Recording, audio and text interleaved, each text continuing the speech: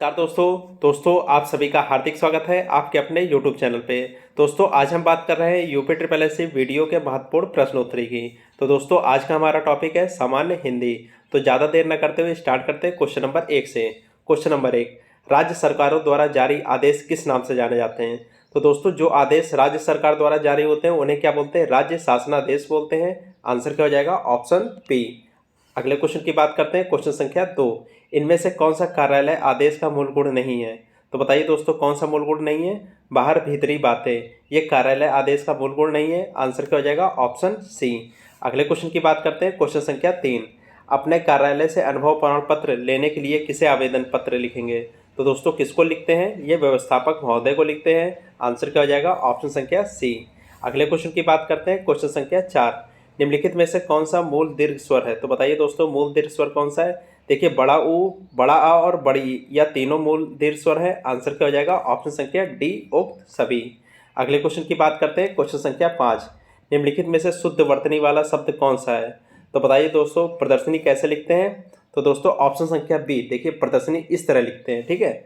अगले क्वेश्चन की बात करते हैं, क्वेश्चन संख्या 6, इन नामों में से एक वर्तनी अशुद्ध है। तो बताइए दोस्तों कौन सी वर्तनी अशुद्ध है? राहुल सांकृत्यायन, देखिए दोस्तों ये सांकृत्यायन गलत लिखा है, तो वर्तनी कौन सी अशुद्ध है? ऑप्शन संख्या टी। अगले क्वेश्चन की बात करते हैं, क्वेश्चन संख्या 7, निम्नलिखित में से कौन सा स्वर संधि का प्रकार नहीं है? तो दोस्तों कौन सा स्वर संधि का प्रकार नहीं है बताइए। देखिए दोस्तों दीर्घ स्वर संधि, यड़ स्वर संधि और गुण स्वर संधि, यह तीनों स्वर संधि के प्रकार है, जबकि विसर्ग संधि स्वर संधि का प्रकार नहीं होता है। आंसर क्या हो जाएगा? ऑप्शन संख्या सी, विसर्ग संधि स्वर संधि का प्रकार नहीं है। अगले क्वेश्चन की बात करते हैं, क्वेश्चन संख्या 8, दिगंबर का सही संधि विच्छेद है। तो दोस्तों दिगंबर का संधि विच्छेद क्या होगा? दिक धन अंबर। आंसर क्या हो जाएगा? ऑप्शन संख्या टी। अगले क्वेश्चन की बात करते हैं, क्वेश्चन संख्या 9, आजन्म शब्द में समास है। तो दोस्तों कौन सा समास होता है? अव्ययभाव समास होता है, ठीक है। आंसर क्या हो जाएगा? ऑप्शन संख्या सी। कौन सा अव्ययभाव समास है? आ, ठीक है, जन्म आ लगा है तो अव्ययभाव समास हो जाएगा। अगले क्वेश्चन की बात करते हैं, क्वेश्चन संख्या 10, अधोलिखित शब्द में से किस शब्द में तत्पुरुष समास स्थित है? तो बताइए दोस्तों तत्पुरुष समास किस में है? तो दोस्तों पराधीन, पराधीन में कौन सा समास है? तत्पुरुष समास है। आंसर क्या हो जाएगा? ऑप्शन संख्या सी। अगले क्वेश्चन की बात करते हैं, क्वेश्चन संख्या 11, अलंकार में किस उपसर्ग का प्रयोग है? तो दोस्तों अलंकार में देखिए उपसर्ग क्या होता है? जो शब्द के प्रारंभ में लग के, जो शब्द के प्रारंभ में लगते हैं वो क्या कहलाते हैं? उपसर्ग। तो अलंकार में कौन सा उपसर्ग है दोस्तों? अलम, अलम उपसर्ग है। आंसर क्या हो जाएगा? ऑप्शन संख्या डी। अगले क्वेश्चन की बात करते हैं, क्वेश्चन संख्या 12, प्रगतिहासिक में किस उपसर्ग का प्रयोग किया है? देखिए दोस्तों प्रगतिहासिक में किस उपसर्ग का प्रयोग किया है? अभी हमने बताया उपसर्ग क्या होते हैं। उपसर्ग वो होते हैं जो शब्द के प्रारंभ में लगते हैं। तो प्रगतिहासिक में कौन सा उपसर्ग है? तो दोस्तों इसमें प्राक उपसर्ग है। आंसर क्या हो जाएगा? ऑप्शन संख्या ए। अगले क्वेश्चन की बात करते हैं, क्वेश्चन संख्या 13, आहा आप आ गए वाक्य में आहा क्या है? तो दोस्तों आहा क्या है? बताइए दोस्तों आहा क्या है? आहा अव्यय है। आंसर क्या हो जाएगा? ऑप्शन संख्या सी। अव्यय क्या होता है? जो शब्द में किसी का मतलब प्रभाव नहीं पड़ता, पूरे वाक्य में जिस शब्द का प्रभाव नहीं पड़ता वो शब्द क्या कहलाते हैं? अव्यय कहलाते हैं। अगले क्वेश्चन की बात करते हैं, क्वेश्चन संख्या 14, निम्नलिखित में से कौन सा शब्द तत्सम है? तो बताइए दोस्तों कौन सा शब्द तत्सम है? दोस्तों अंधकार तत्सम शब्द है। आंसर क्या हो जाएगा? ऑप्शन संख्या ए। अगले क्वेश्चन की बात करते हैं, क्वेश्चन संख्या 15, निम्नलिखित में से कंगन का तत्सम शब्द रूप कौन सा होगा? तो दोस्तों कंगन को तत्सम में क्या कहते हैं? कहते हैं कंकड़। आंसर क्या हो जाएगा? ऑप्शन संख्या बी। अगले क्वेश्चन की बात करते हैं, क्वेश्चन संख्या 16, निम्नलिखित शब्दों में से तत्सम शब्द कौन सा नहीं है? तो बताइए दोस्तों कौन सा शब्द तत्सम नहीं है? तो दोस्तों चक, चक जो है तत्सम शब्द नहीं है। आंसर क्या हो जाएगा? ऑप्शन संख्या सी। अगले क्वेश्चन की बात करते हैं, क्वेश्चन संख्या 17, रचना या बनावट के आधार पर शब्द का भेद है। तो दोस्तों शब्द के कौन कौन से भेद होते हैं? रूढ़ शब्द होता है, यौगिक शब्द भी होता है और योग रूढ़ शब्द भी होता है, तीनों होता है। आंसर क्या हो जाएगा? ऑप्शन संख्या डी, उपयुक्त सभी।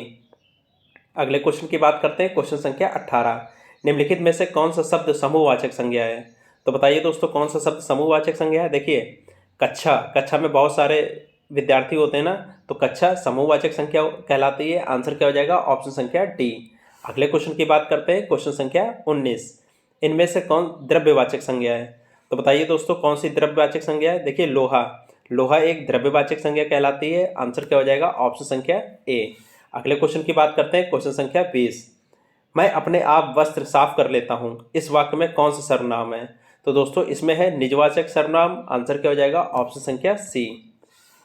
अगले क्वेश्चन की बात करते हैं। क्वेश्चन संख्या 21, 25 रुपये दीजिए, विशेषण पहचानिए। तो दोस्तों इसमें कौन सा विशेषण है 25 रुपये दीजिए में?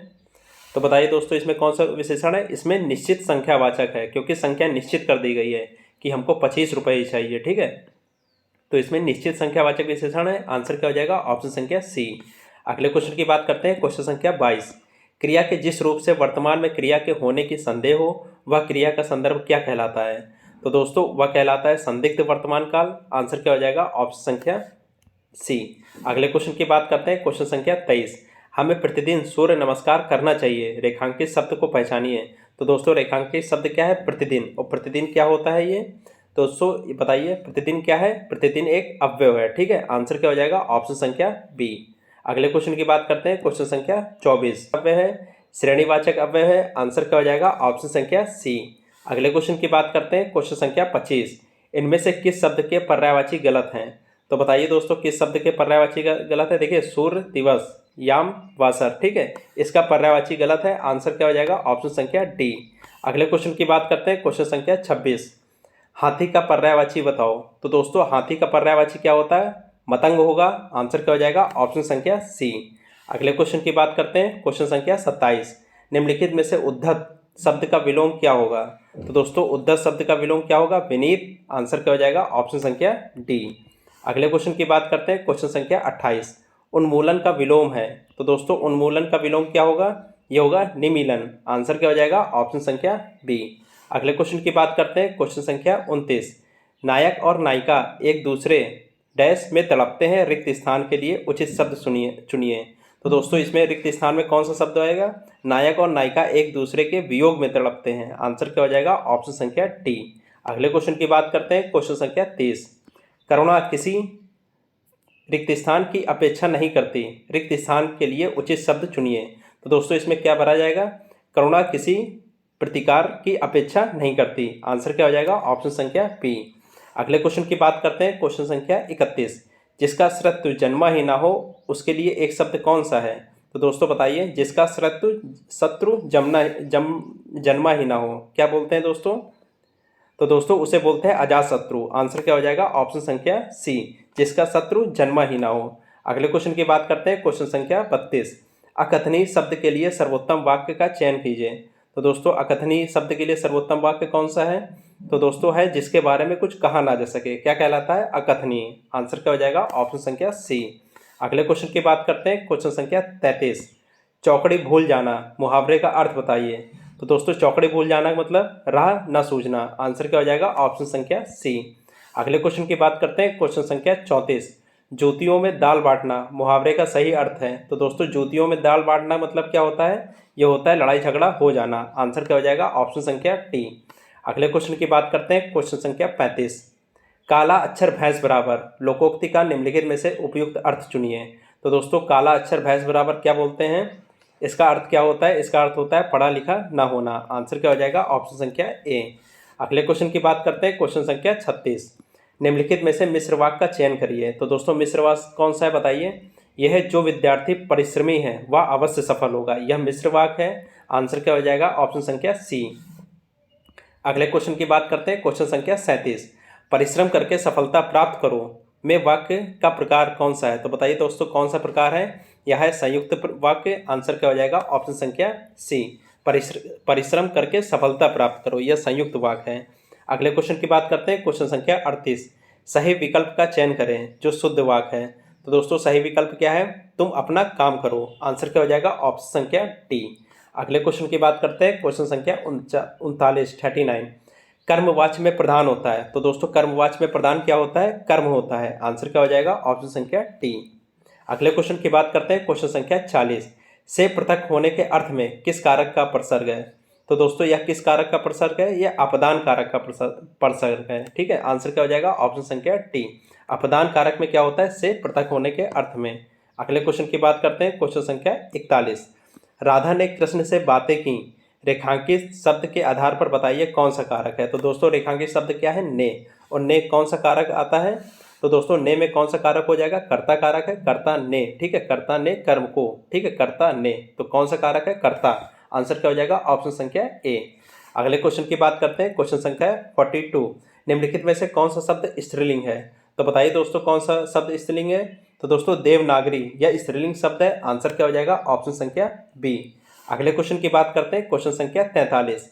निम्नलिखित में से कौन सा शब्द बहुवचन है, तो बताइए दोस्तों कौन सा शब्द बहुवचन है। दोस्तों गुरुजन, जहाँ पे जन लगता है वो बहुवचन कहलाता है, तो गुरुजन बहुवचन हो जाएगा। आंसर क्या हो जाएगा, ऑप्शन संख्या सी। अगले क्वेश्चन की बात करते हैं, क्वेश्चन संख्या 44। छात्र स्कूल गए थे, इस वाक्य में भूतकाल कौन सा है। तो दोस्तों छात्र स्कूल गए थे, भूतकाल कौन सा है, पूर्ण भूतकाल है। आंसर क्या हो जाएगा, ऑप्शन संख्या ए।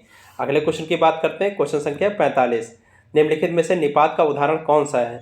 तो दोस्तों निपात का उदाहरण है जी, ठीक है, विस्मयादिबोधक चिन्ह के साथ। आंसर क्या हो जाएगा, ऑप्शन संख्या ए। अगले क्वेश्चन की बात करते हैं, क्वेश्चन संख्या 46।